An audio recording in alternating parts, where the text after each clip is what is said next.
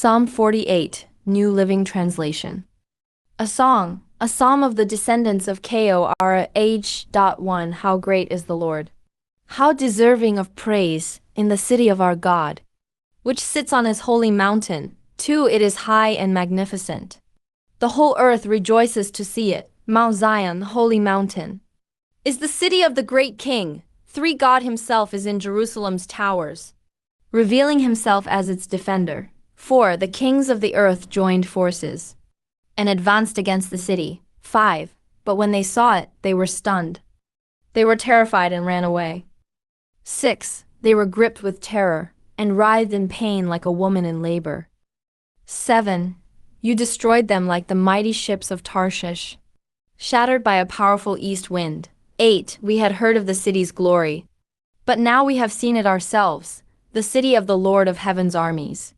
It is the city of our God, he will make it safe forever. Interlude. 9. O God, we meditate on your unfailing love as we worship in your temple. 10. As your name deserves, O God, you will be praised to the ends of the earth.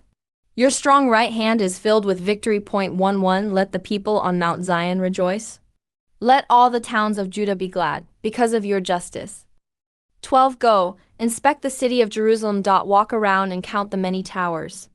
13. Take note of the fortified walls and tour all the citadels, that you may describe them to future generations.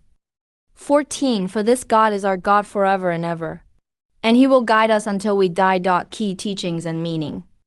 Psalm 48 is a song of praise centered on God's presence, protection, and eternal faithfulness, focused on Mount Zion as the special place where God dwells with his people. 1. God's presence makes all things meaningful. The psalm opens by declaring God as worthy of praise because he lives among his people.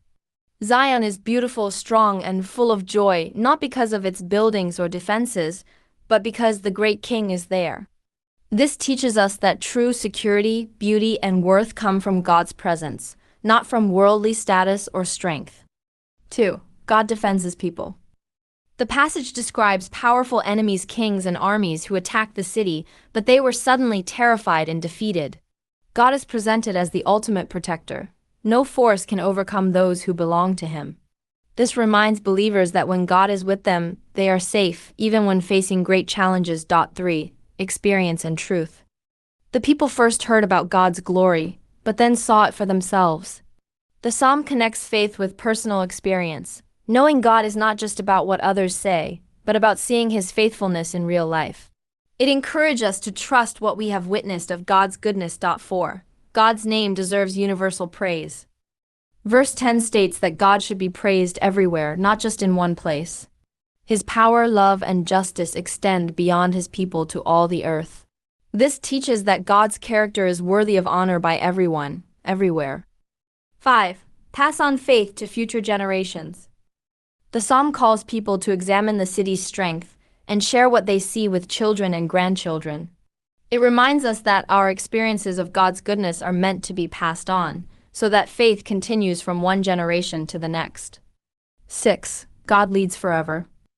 The closing verse assures us that God is our God for all time, and he guides us until the end. This gives hope. God does not abandon his people. He remains faithful, providing direction and care through every season of life.